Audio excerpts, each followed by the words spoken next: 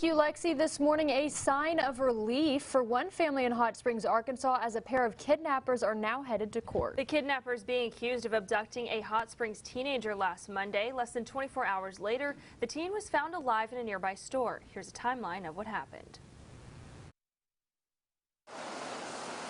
When you have your first baby, you want to make sure, you want to count the toes and fingers, and then they're safe. A moment full of emotion. Well, I wanted to jump in the ambulance and count her toes and fingers and make sure she was safe.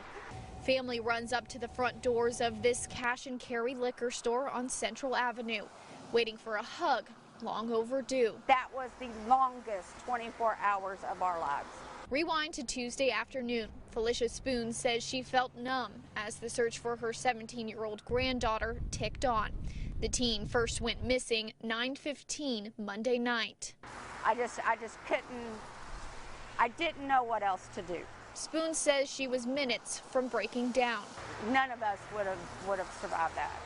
When suddenly, a break in the case. 3:22 p.m.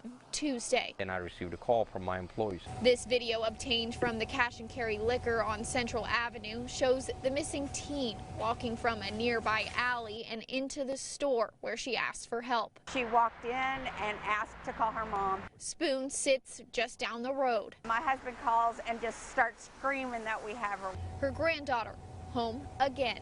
I just started screaming and I could not drive fast enough. Hot Springs police say the teen was taken to the hospital with minor injuries.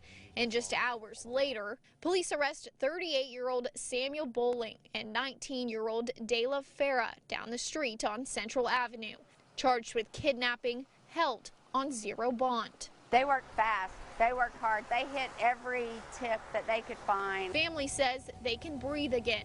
The teen's safe, and a thanks to the community who helped bring her home. This is Hot Spring. Everybody look out for each other. Bowling is expected to appear in court tomorrow at 8:30 a.m. and Fair Monday, May 2nd at 8:30 a.m.